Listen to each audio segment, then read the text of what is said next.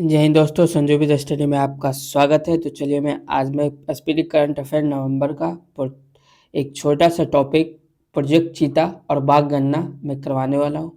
और आप लोग अच्छे से 2 बार पढ़िएगा, सुनिएगा तो याद हो जाएगा। ठीक है, तो मैं शुरू करता हूँ। और एक क्वेश्चन यहाँ से आपको हर एग्जाम में दिखेगा। ठीक है, ग्रुप डी से लेकर AB तक। ठीक है, तो चलिए मैं शुरू करता हूँ।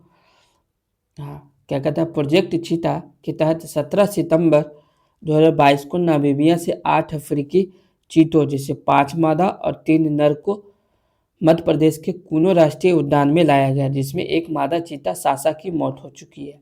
ठीक है, याद रखना।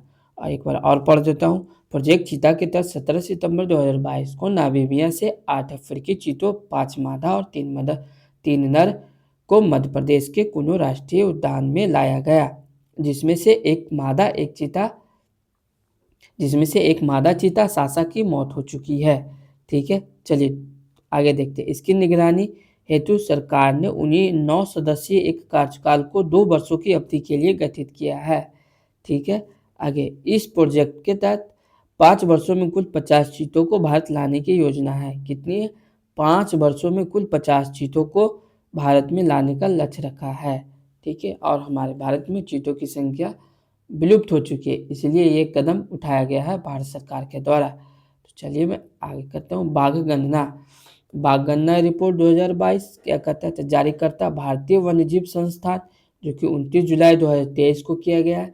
और ये 2022 की रिपोर्ट 5वें क्रम की रिपोर्ट थी। ठीक है, जो प्रत्येक 4 वर्ष पर जारी होती है। ठीक है, याद रखना, बाघ गणना हमेशा 4 वर्ष पर जारी की जाती है। ठीक है, आगे भारत में बाघों की कुल संख्या 3682 है। ठीक है, और 2018 में यह 2967 थी।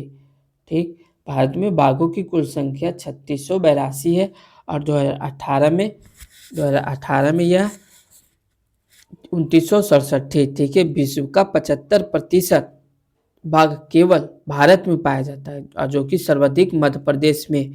कितना? तो 785। ठीक है, विश्व का 75% बाघ केवल भारत में है और सर्वाधिक कहाँ है? तो मध्य प्रदेश में 785।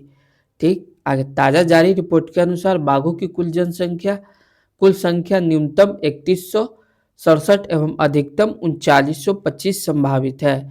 न्यूनतम कितनी है? 3167 और अधिकतम 3925 संभावित है। औसत वार्षिक वृद्धि दर 6.1% है। ठीक है, आगे 2018 और 2022 के बीच बाघों की संख्या में वृद्धि 24.1% दर्ज की गई। 24.1% दर्ज की गई। ठीक है, 18-22 के बीच जिम कॉर्बेट रिजर्व उत्तराखंड में देश के सबसे ज़्यादा बाघ 260 है। ठीक है, जिम कॉर्बेट रिजर्व उत्तराखंड में देश के सबसे ज़्यादा बाघ 260 है। ठीक है, बाघों की संख्या 2018 में 31 तथा 2022 में 54 हो गई है। ठीक है, बिहार में बाघों की संख्या 2018 में 31 थी और 2022 में 54 हो गई है। ठीक है, चलिए दोस्तों आगे देखते हैं। आगे क्या कर रहा है? आगे 2024-25 में आए तूफान एवं चक्रवात। चलिए 24-25 में कौन कौन से तूफान आए? तो यागी नाम किसने दिया? तो यागी नाम दिया जापान ने। ठीक है, प्रभावित क्षेत्र कौन कौन है? तो यागी में म्यांमार है, लाओस और वियतनाम है। ठीक है, याद रखना, यागी नाम जापान ने दिया। ठीक है, और प्रभावित क्षेत्र कौन कौन रहे? तो म्यांमार रहे, लाओस रहे और वियतनाम रहे। दाना ने नामकरण किसने दिया? तो कतर ने दिया। ठीक है, और इससे प्रभावित क्षेत्र उड़ीसा, पश्चिम बंगाल रहे। ठीक है, दाना से प्रभावित क्षेत्र कौन रहे? उड़ीसा और पश्चिम बंगाल रहे। नामकरण किसने किया? तो कतर ने किया। ठीक है, कांग्रेस से प्रभावित क्षेत्र कौन कौन है? तो ताइवान और फिलीपींस है।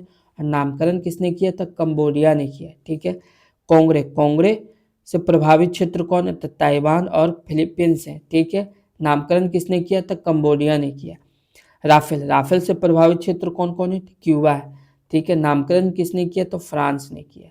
ठीक है, राफेल से प्रभावित क्षेत्र कौन हुए? तो क्यूबा हुए। ठीक है, नामकरण किसने दिया? तो फ्रांस ने दिया। फिंगल, फिंगल का प्रभावित क्षेत्र तमिलनाडु, ठीक है। फिंगल, फिंगल से प्रभावित क्षेत्र तमिलनाडु। और नामकरण किसने किया? तो सऊदी अरब ने किया, ठीक है।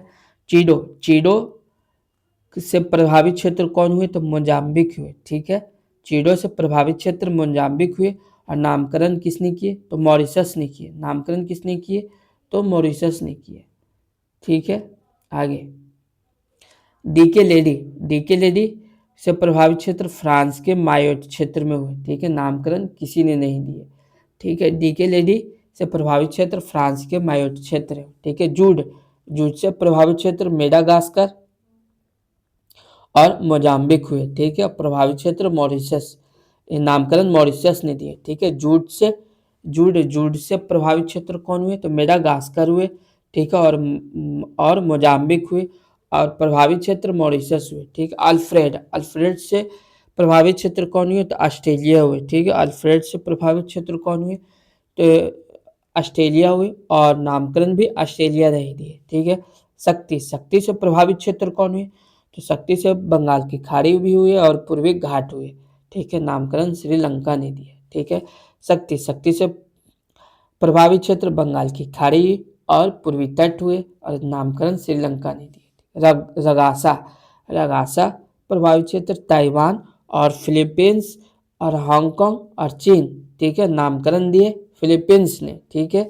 रगासा, रगासा का प्रभावित क्षेत्र ताइवान, फिलीपींस, हांगकांग और चीन है, ठीक है। और नामकरण फिलीपींस ने दिए। एमी, एमी का प्रभावित क्षेत्र यूके, आयरलैंड और नीदरलैंड है, ठीक है। और इसमें प्रभावित क्षेत्र यूके मेट ऑफिस है, यूके मेट ऑफिस है, ठीक है। एमी, एमी का प्रभावित क्षेत्र प्रभावित क्षेत्र कौन? यूके हुए, आयरलैंड हुए और नीदरलैंड हुए, ठीक है। और इसका नामकरण यूके मेट ऑफिस हुए, ठीक है। हैलोंग, हैलोंग का प्रभावित क्षेत्र जापान और अलास्का हुए, ठीक है। और इसका नामकरण वियतनाम किए, ठीक है। हैलोंग, हैलोंग का प्रभावित क्षेत्र जापान और अलास्का हुए और इसका प्रभावित क्षेत्र वियतनाम हुए, ठीक है। आगे और मैटमो, मैटमो का प्रभावित क्षेत्र फिलीपींस, चीन, वियतनाम हुए, ठीक है। और इसका नामकरण लाओस किए, ठीक है। मैटमो, मैटमो का प्रभावित क्षेत्र फिलीपींस थे, चीन भी था और वियतनाम भी था। और इसका प्रभावित क्षेत्र नामकरण किसने किया? तो लाओस ने किया, ठीक है। मोन्था, मोन्था का प्रभावित क्षेत्र आंध्र प्रदेश, उड़ीसा और तमिलनाडु, ठीक है। और इसका नामकरण थाईलैंड ने किया, ठीक है। थाईलैंड ने किया। मोन्था, मोन्था का प्रभावित क्षेत्र आंध्र प्रदेश, उड़ीसा और तमिलनाडु हुए, ठीक है। और इसका नामकरण किसने किया? तो थाईलैंड ने किया, ठीक है। थाईलैंड ने किया। तो जय हिंद दोस्तों, चैनल को लाइक एंड सब्सक्राइब करें और जो भी प्रॉब्लम हो आप कमेंट सेक्शन में आप ज़रूर बताएं और इसको आप अच्छे से 2 बार पढ़िएगा तो याद हो जाएगा।